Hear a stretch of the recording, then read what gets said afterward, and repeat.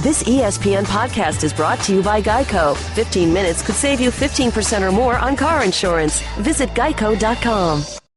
On the latest episode of The Bill Barnwell Show, I talk with Paul Flannery of SB Nation previewing the NBA free agency period. You can check out the show on iTunes or by going to the ESPN app on your phone.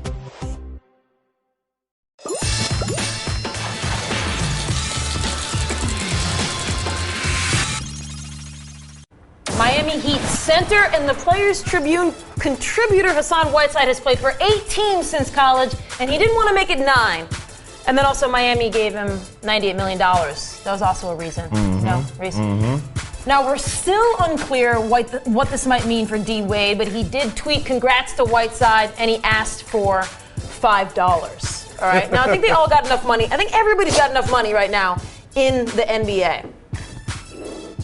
We are joined by Chris Broussard because we are diving right in on his and hers. Let's get in. Reese Waters to my right, Chris to my left. Breaking news right there. I see. That's right. Wait, why are you on Snapchat?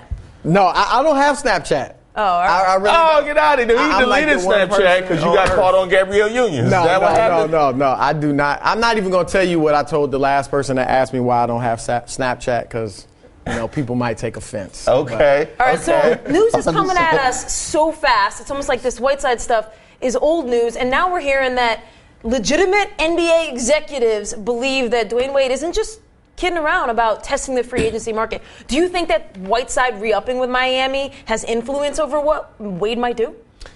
I mean, if anything, it makes them that much more appealing. I mean, I think obviously he's Mr. Heat. He wants to stay Whiteside or not. But now you got a big piece to your puzzle back. Look, he is seriously considering or looking at the market. But again, he's done this every free agency. He did it in 2010 when the big three came together. People thought he was going to Chicago. He did it last summer before signing the 1-year, $20 million deal. This is leverage. He definitely wants to be in Miami, but he's saying if I can't get paid, then, I am willing to go somewhere else. He feels like it's about loyalty. It's about him year after year taking less money to bring in a LeBron and bring in all these other great players so we can win and compete for championships. Now I'm told he wants max or near max money. And I understand the Heat balking at that. Now he'll take less if they can get Kevin Durant. But otherwise he wants a good payday. Now this is how I think it's going to end. They're not getting Kevin Durant and Wade will get paid. Well, this is one of the things. And stay in Miami. So I was watching the show yesterday. It was a wonderful gentleman, looked like a lot like yourself, and a gentleman looked like me. Got into a discussion about the Miami Heat. Miami cannot send the message, okay? When we were talking about Hassan Whiteside and paying him for his present versus paying Dwayne Wade for his past, you cannot send the message that, yes, we know that you've been loyal in the past, but we're not going to take care of you on the back end. You can't send that message to Dwayne Wade. You can't send that message to future free agents who might want to come, who you might then want to actually ask to take less if you throw Dwayne Wade under the bus at the end of his career. Not to mention the fact that this has been a beautiful relationship up to this point. You don't ruin it at the last minute. So if you're going to do dirt, you do dirt all the time. If you're going to do dirt, you do dirt right away. But you do dirt right away. I'm not going to be good for 10 years and then do dirt. I like what you're saying from a sentimental standpoint, but in reality, you can do that. What type of message did Dan Gilbert send when he ripped LeBron for leaving? And how did it work out? He ended up going back, winning them a championship. So you can do that. Money talks, man. And if Wade leaves and there's a divorce and it's kind of ugly, don't think that in the future players are going to hold that against the Miami Heat. If they're offering the money, they still have the champion, Pat Riley, who can build a team. Guys will go there. You know what else talks? The history and the reverence of the purple and gold. The Lakers have selflessly offered Timothy Mozgov a 4-year, $64 million deal so he can reach his full acting potential and acclaim roles such as Crazy Russian, and Drunk Crazy Russian. Now, since they declined to meet with Kevin Durant after his playoff struggle, Wait. They declined? What free agents will the Lakers handpick to further the legacy of the world's greatest franchise? This felt skewed. The entire league felt skewed. The Lakers were like, we're good, KD. They were good. They are good. They are good. This is sad. Yeah. They got Jordan Clarkson. I mean, they got Jordan Clarkson back there. They got Mozgov. This is sad. They got I feel like it's the easy thing right now to just trash on this Mozgov deal. Maybe it deserves to be trashed on, but at the same time, it feels like, it was this like 8 to 10 million in old money. He's a rim protector. I think there's reasons to point out that LA is delusional about who they think they can get. But is this a terrible deal all around? I like Timothy Mozgov. I think he does, as you said, he's a rim protector. He brings something to the table. He's a good player. And we also have to be careful not to get skewed by these numbers. Because we could look at 80% of the deals and say, what? He got, but it's the market now. It's the market. And so we have to take that into consideration. That said, 4 years, $64 million. I think you could have gotten him for less. I don't think you had to go there. I'm not in any way comparing him to Kobe on the court, but it was similar to when they gave Kobe the 2 years, $48.5 million. You didn't have to do that. You didn't have to go that far with Kobe. You could have given him less, and I think they could have got Mozgov for less. So that's where – now, look, they got money to burn. They got cap room to burn. So ultimately, it may not hurt them. All their players are young who aren't making a lot of money. So it may not hurt them. I just think it's a little bit too much money for a guy that against the top teams or some of the top teams in the West, Golden State, obviously, you might not even be able to put him on the floor. Why then? Why do they do this move? Not the signing, because I get the signing, but then why, if they could have gotten him for probably $56 million, even less, why? Yeah, I would say just mismanagement. Just the same reason they gave Kobe. I know with Kobe it was sentimental and emotional and all that, but you didn't have to do it. And I'm not saying you go to the absolute bottom line as low as you can, but there's a happy medium between, say, 2 years, $32 million, and 4 years, $64. So but they liked it. I heard earlier in the day that they liked him, that people were stunned a bit around the league, and obviously it was true. Look, there's been a lot of attacks levied at the Lakers online. I've seen today. It's been difficult. None from you, though. I was very disappointed when I saw the deal, to be quite frank. However, will you at least admit the Lakers have some young pieces? We have some building blocks for the future. We got our pick. I believe in D'Angelo Russell. Is the guy who doesn't want the ball, is just going to do all the things. They have some players. He is a good player. Let's remember 2 years ago, he played well in Cleveland, and there was talk that he was going to get $100 million. So he is a good player. It's just not the sexy move. We were hearing Whiteside. Obviously, they wanted Durant. They still could get a Harrison Barnes, but this is not the sexy move. But I will give you that. It's not all lost for the Lakers. Brandon Ingram may become a star or maybe even a superstar. I like D'Angelo Russell's game. Off the court, obviously, you got to deal with that. But I think he can play. Others aren't so sure. I think he can play. So they've got a couple of building blocks, a couple of pieces. It's just going to take a while. Stay off my Lakers. Now, according to a longtime friend, Kevin Durant, 90% sure he will re-sign with OKC, which are oddly specific terms to use with your friend offline, unless you're talking about the chances you saw me on Tinder, a Warrior talking about the finals being rigged, or a Knick committing to vacation plans in June or May for that matter. Now, what team has the best chance of luring Kevin Durant?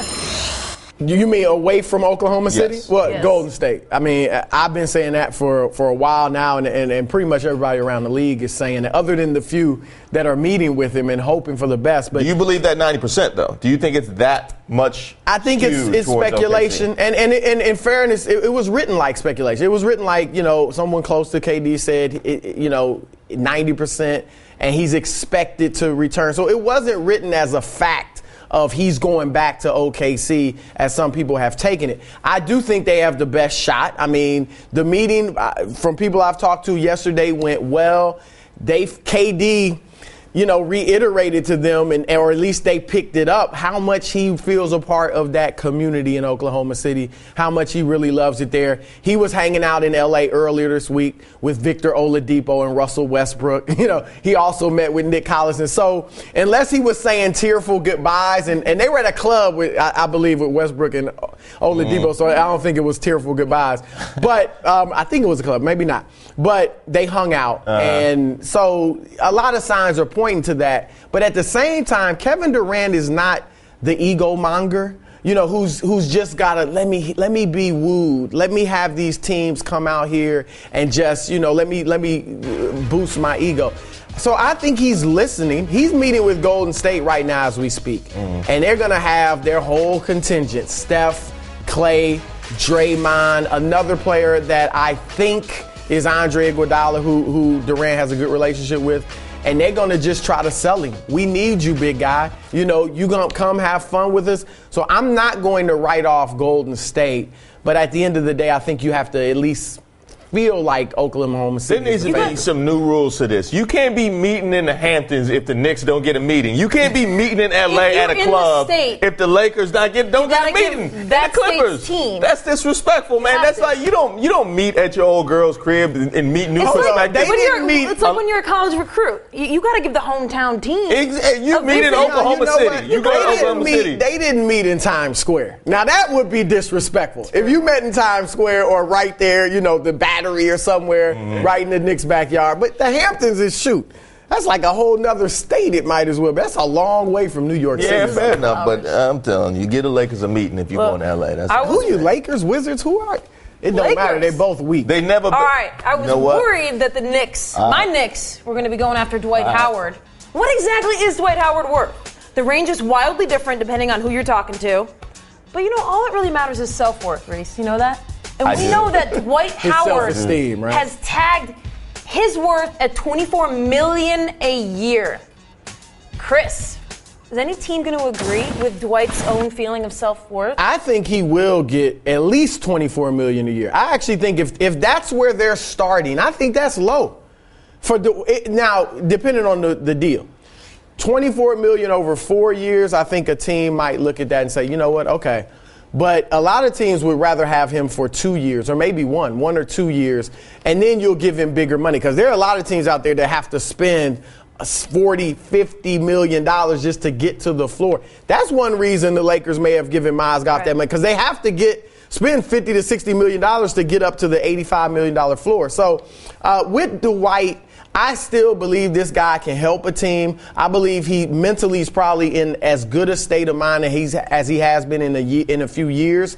Atlanta, Boston, you know, you've heard Portland. So I think wherever he goes, he's going to help take that team to the next level. So with some of the money that's being thrown out, I think 24 is more than fair for him, especially if it's 2 years. I think he could actually get more than that. Do you think he's looking for a long-term deal because he's aging, or do you think he would do 1 year and then take even more money because the cap's going up? That's a great question, because you're betting on yourself. You know, if you take the 1 or 2 year deal, you know, you're saying I'm going to go out and return to my old form and then I will get paid big time.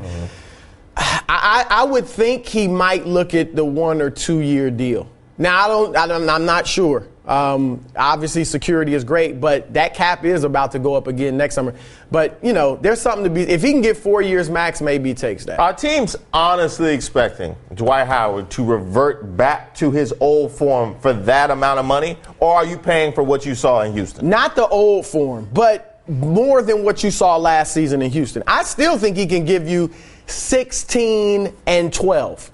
He can be a great rim protector, rebounder, defender, and if he's motivated, you get him a few touches here and there to keep him into the game offensively, he's going to get offensive boards, he's going to play better defense. So, look, they didn't use Dwight Howard last year. Let's just face it. James Harden, it was all him pounding the ball. So I do think Dwight's got a lot left. You talked about my teams. I'll be quiet, but when we good, I'll be talking again. Hey, I'm Chad Millman, and did you know that Phil Steele has forgotten more about college football than you'll ever know? And on the latest Behind the Bets podcast, he reveals all in his summer betting guide. Subscribe to the podcast from the Listen tab in the ESPN app.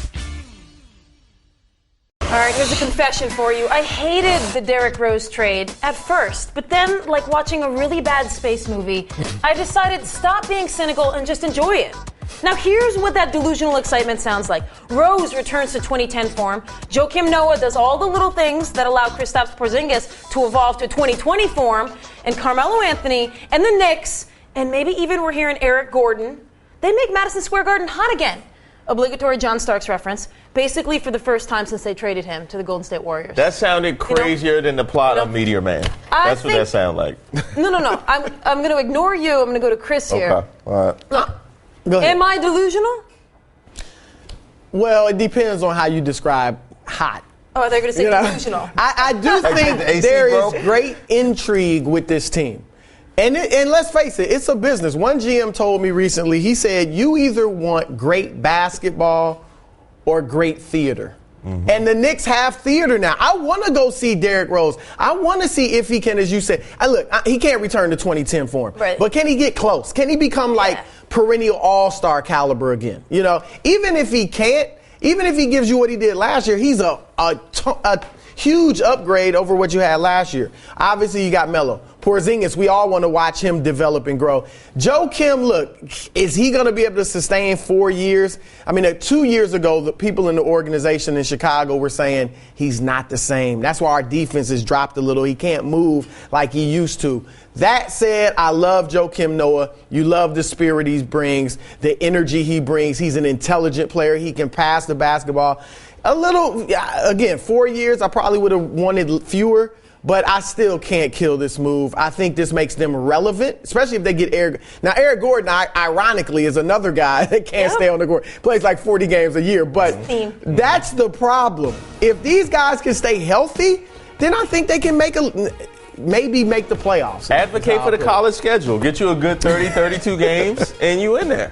Do you agree that the Knicks, because of these moves, finally will have made moves that we think are same old, but finally luck will catch up and these moves will actually turn out well for them? Do you see that logic there? I think they mostly made these moves for Twitter so that we would have things to talk about. We can tweet. They'll be trending. Great theater. Kate, I love it. I'm going to take that as a positive. Yes. I'm taking everything as a positive. It's an improvement. I think you'll admit this. If the goal, and this is and should be the goal, is to win a championship, these moves do nothing for you. No. They do nothing for you. Yeah, you'd be but better if the off. goal is to get relevant again and to be in the conversation again, and, look, everybody doesn't win a title. Would Phoenix go back to the Steve Nash years even though they didn't win anything? Mm-hmm. Sure. Would Sacramento go back to the Chris Webber, Vlade Divac years even though they didn't win a championship? Sure. So you want to be relevant. And the D Rose, I love the D Rose move because it's no lose. If he doesn't play well, you let him walk next summer as a free agent, and maybe, just maybe, you can get a Russell Westbrook. Yep. Thanks, Chris. And I would love to have those Kobe years that we just had. They were beautiful. Thank you very much. All right. One team you haven't heard much from in free agency, the defending NBA champion Cleveland referees. Of course, we've seen the refs celebrate in Cleveland, in Vegas, the league offices in New York, even just down the halls of Bristol, Connecticut. But will they be able to bring the same killjoy energy in 2017 to crush the spirits of fans league-wide who want nothing more than fair play, the way ADT shattered Nick Young's pursuit of a love that's pure? The refs just lost Timothy Mozgov, and Matthew Dellavedova might be next. While neither of those guys did much in the finals, the refs are up against the cap. So what league officials can be brought in on the payroll to keep pace with the powers in the West? And exactly, Chris, how much do league officials count against the cap anyway? Why are you hating on Cleveland? I'm not hating on Cleveland. Did you see that parade? That was factual. That parade justified all the talk about the 52-year drought, that it was real, that those are tremendous fans in Ohio. Mm-hmm. You know 1.3 million is half the population of Greater Cleveland? That means 1 out of every 2 people in Cleveland was at that parade. I'm just disappointed that they didn't print the white and black jerseys. They had most of the yellow jerseys, the wine jerseys. Get the white and black. Get the ref jerseys for people to wear during the. What do you mean make my case? My case is the suspension, watching the first couple of minutes of Game 5 and the first couple of minutes of Game 6. Foul, foul, foul, foul, foul. That's my case. Don't foul then. Don't hit somebody in the private parts. If you don't want to be suspended, don't kick dudes in the private parts and all over the place, in their face, in their head, in their chest throughout the playoffs if you don't want to be suspended. Hey, what they were doing to Steph could have made the World Star Fight compilation. Each and every one of those games. Each and every one. Don't foul. So you're a believer in the conspiracy? Yes. You're just a hater. I'm a believer. So you think it was real? Come on, man. I'm believing in the conspiracy. That series should have ended in 5. And how much of the legacies would be different? Why should it have ended in 5? Even if Draymond played, they beat the Warriors with Draymond 3 times.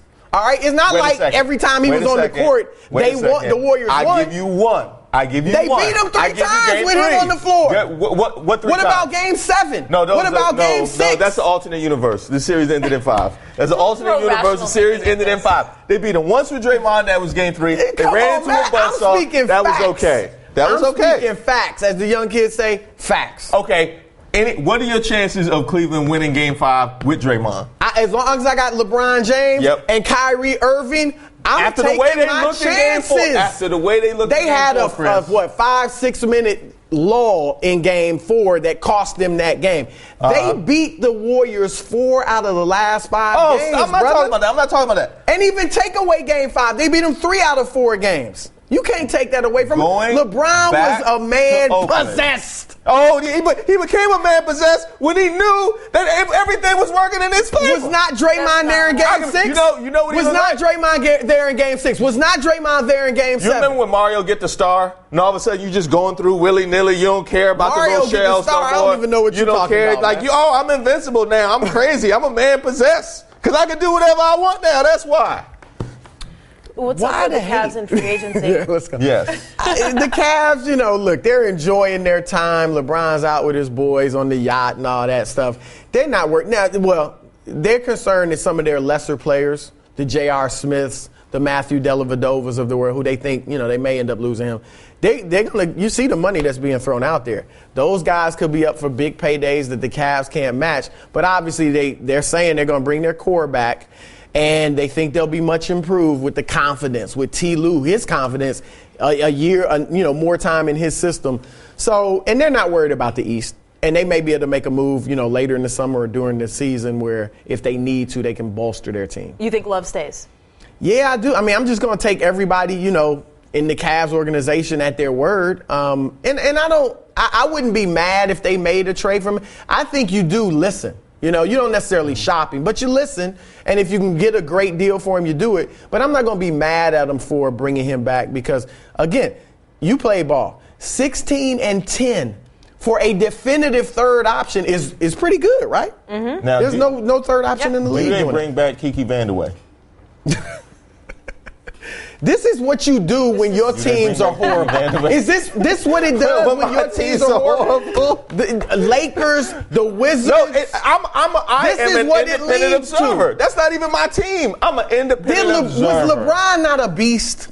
LeBron was a beast. LeBron was a beast. I didn't say he wasn't good. I want y'all to answer on this. LeBron not only proved he's the best basketball player in the world, he proved he's the best athlete. Football, basketball, baseball, soccer, whatever. The best athlete on the planet right now. Oh, I'm on Team Broussard here. I'm just sitting here because this is where I have to sit right now. If I could, I would scoot my chair over and just stand behind you and just nod. No. Get out of here. Yeah, whatever. You know what? Because y'all have no hope. You have no hope. Hey, college football fans. I'm Ivan Manziel. On the latest Championship Drive podcast, who's on college football's Mount Rushmore? Who are this season's wildcard teams? You can listen to us or subscribe to us on the Listen tab of your ESPN app. Name someone you are glad you only see about once a year.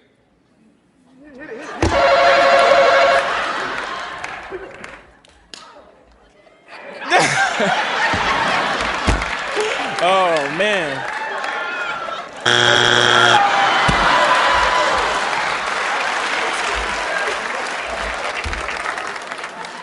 He hit the buzzer and stepped back.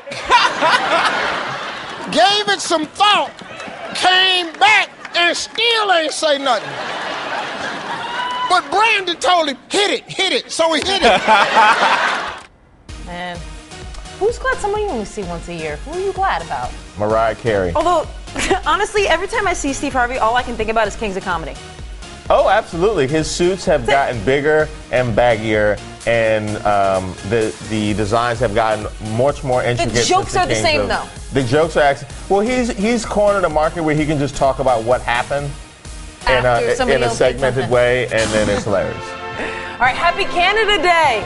Yeah. DeMar DeRozan, he's staying in the North. I could make a Game of Thrones joke there, but I won't. He's re-signing with the Raptors for a deal worth $140 million over 5 years. Here's teammate Kyle Lowry congratulating DeRozan on Instagram, saying, "Dinner's never on him again." Never. No. Fridays. And nor should it be. But here's an interesting nugget that came out of this. As DeRozan said, the Lakers' lore, their history was a turnoff. And he said, quote, "Unless you go there and win 7 championships, there's no overshadowing who played there."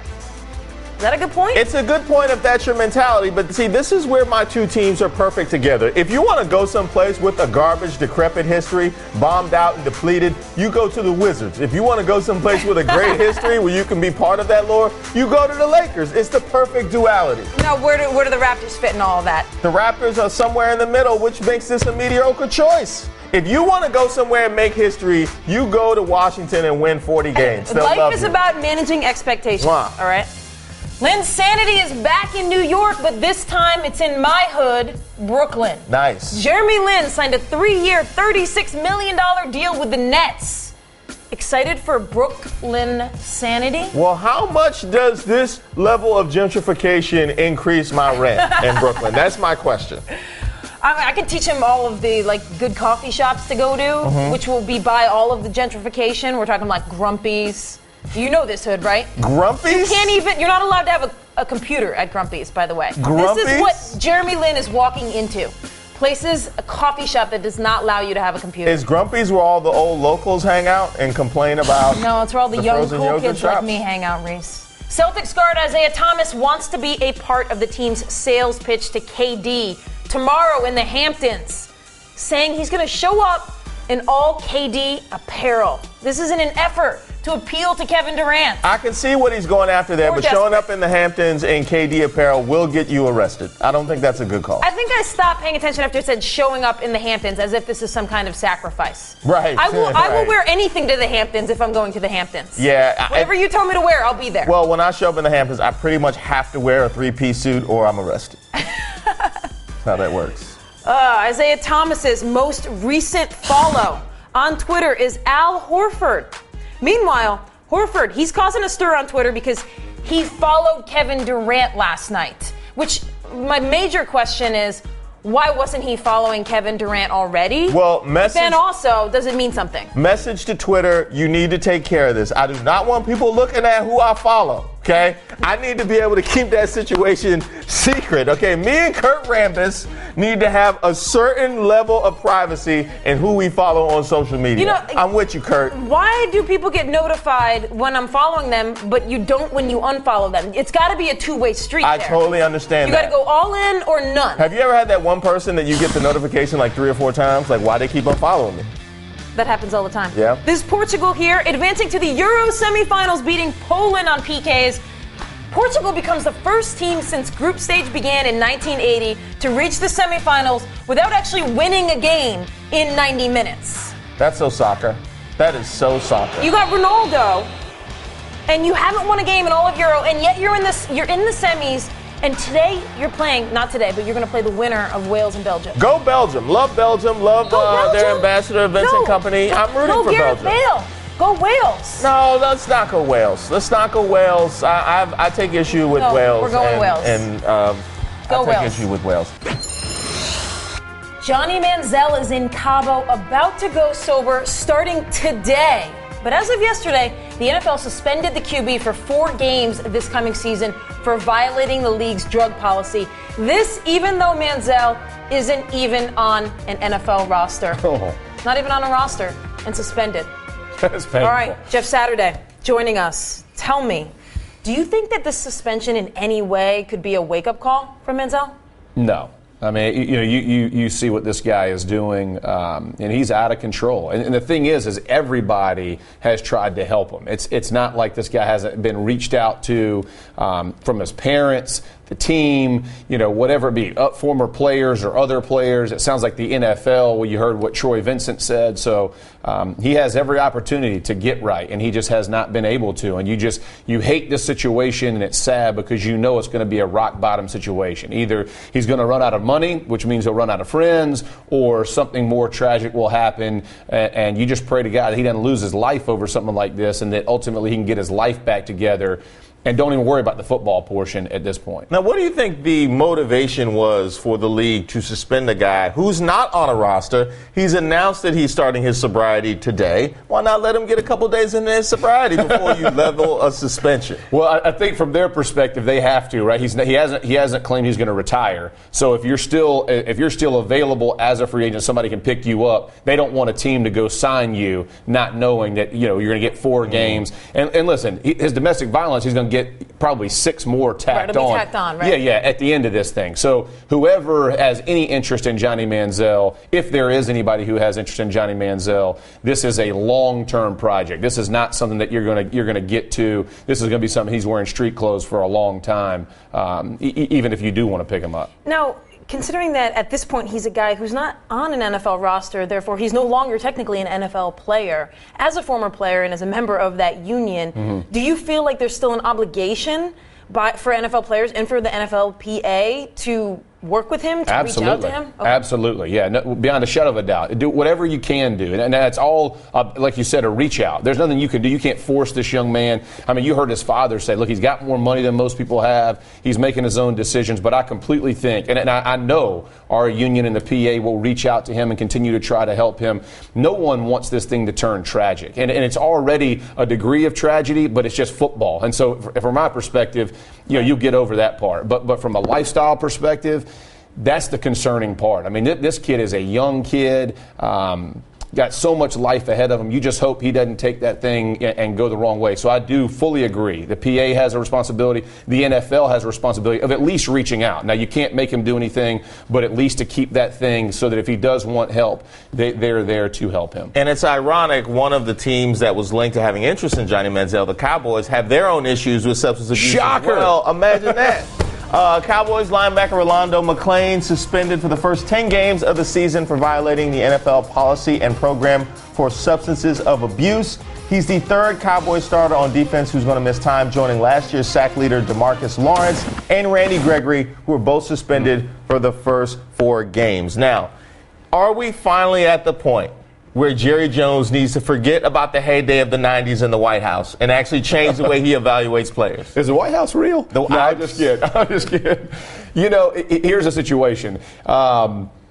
He's betting against the odds. And we used to talk about this in Indianapolis. We don't need distractions. Even if you have a guy, and Jerry believes the opposite. He thinks if a guy is a good player, put him on the field and let him ride, and hopefully that'll change him. But McClain has proven over and over, this is his 3rd suspension, so now he's 10 games in. Now, he does produce, right? I mean, if you look at his last couple of years, he has produced, and that's what Jerry loves. But what no one ever talks about is what he is in the locker room. He just came back for OTAs. He's too out of shape to even participate. So what does that do? Right now, you got 90 guys. It's not that big a deal. In a season, now you are stressing all the linebacker positions because backup linebackers play special teams and play every other position, around. They're running. So this guy taking time off, it hurts the whole team. How does Jason Garrett, how does he manage his locker room when McClain just keeps getting time after time, shot after shot, because that's what Jerry wants? Same thing with Gregory. You knew going in, giving this kid an opportunity. Again, this is what he does to you. 4-game suspension. Now Lawrence, the same thing.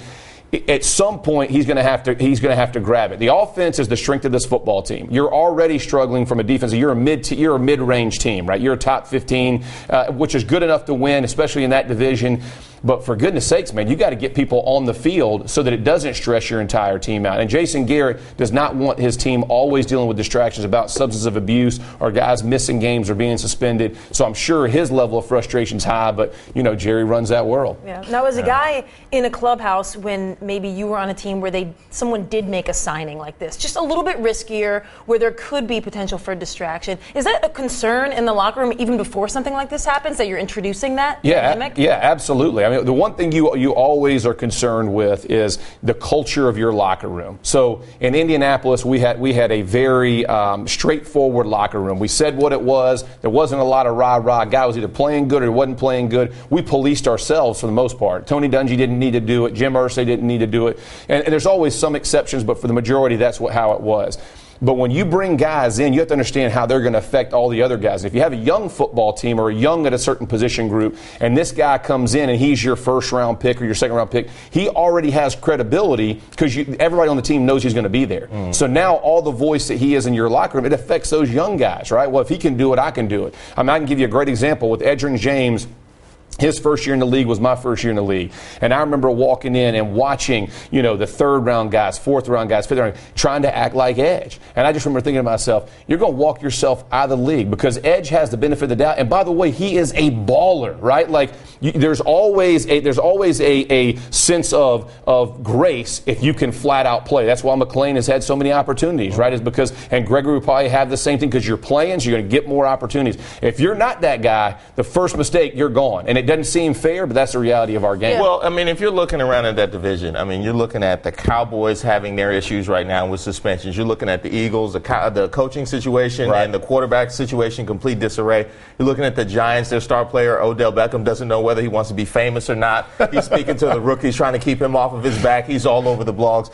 Why have the Washington Redskins infected the minds of the other three teams? Just taking a hard right turn. You don't need to self-destruct in such a manner. We're good. That's cool. That is horrible. Fanatic right there. That's where we get the word fan right there from him.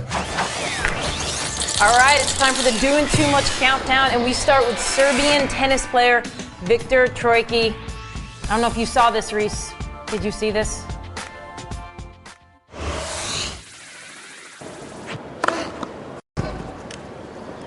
No!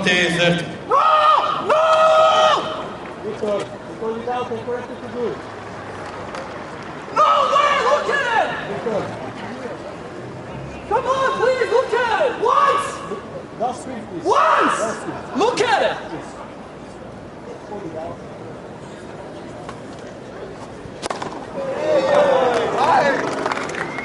Worst time player ever in the world! What are you doing? Did you see the ball? You're so bad! I love how everybody sat there quiet while I yelled at the guy, but when he hit the ball, oh no, not the ball.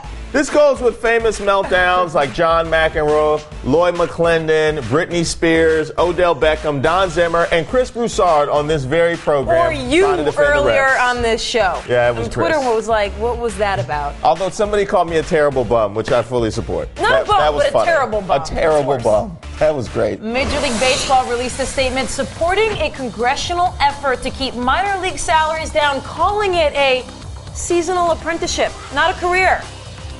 I think they stooped a little low on this one, Reese. Yeah, they did. They tried to pull this over on me on the now defunct ESPN Unite and called that an apprenticeship. But no, we survived.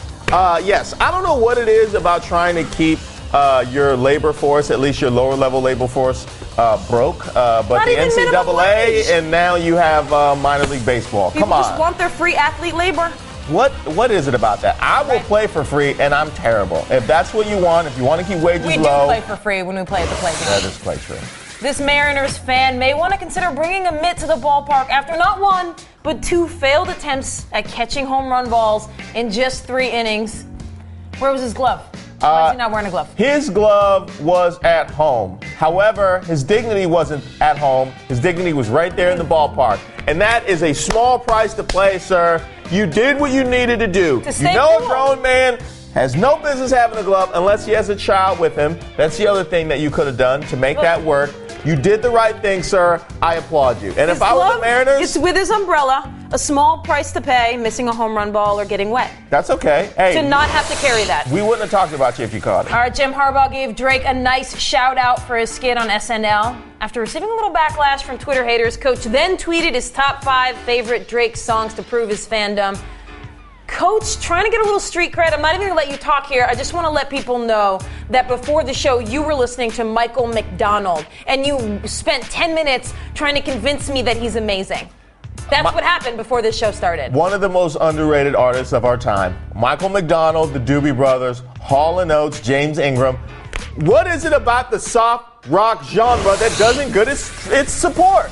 It deserves it. Former Colts wideout Y'all gonna be there? Is it making his NFL journey comeback any easier for himself after getting ejected for plowing over the opposing team's coach in the Canadian Football League?